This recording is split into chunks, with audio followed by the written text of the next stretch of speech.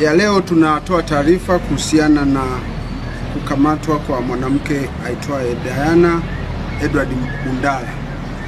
Ni kwamba jeshi la polisi katika mkoa wa Mwanza linapenda kutoa taarifa kuwa linamshikilia na linaendelea kumhoji Diana Edward Bundala, ambaye pia hujitambulisha kwa jina kama Mfalme Zumaridi, ambaye umri wake ni miaka 42, mkazi wa mtaa wa Bubuku, kata ya Buhongwa, wilaya ya Nyamagana.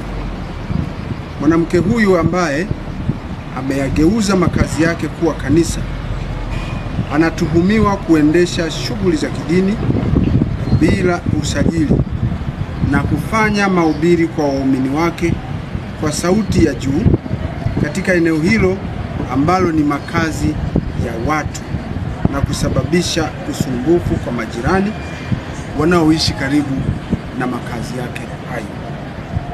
Aidha, mwanamke huyo anahojiwa na jeshi la polisi kuhusiana na taarifa ambayo inaendelea kusambaa katika mitandao ya kijamii ikimuonesha mwanamke huyo kwenye picha ya mjongeo akiwa na kundi la watoto wenye umri mdogo wa jinsia ya kike na ya kiume, huku akiwaeleza kuwa yeye ndiye Mungu wao ambaye ana uwezo wa kuwatenganisha na kifo.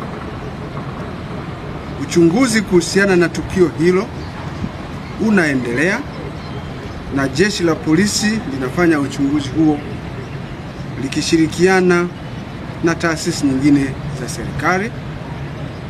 Na wakati uchunguzi unaendelea, jeshi la polisi linaomba wananchi wenye taarifa mbalimbali zinazoweza kusaidia uchunguzi wetu ziweze kufikisha kwa jeshi la polisi ili ziweze kufanyiwa kazi.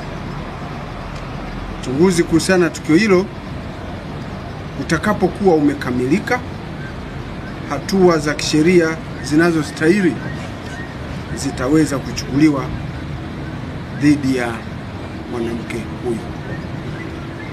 Jeshi la polisi katika mkoa wa Mwanza, wakati linaendelea na uchunguzi kuhusiana na taarifa hizi, tunawaomba wananchi wawe na utulivu na kutupatia nafasi ya kuyafanyia uchunguzi haya.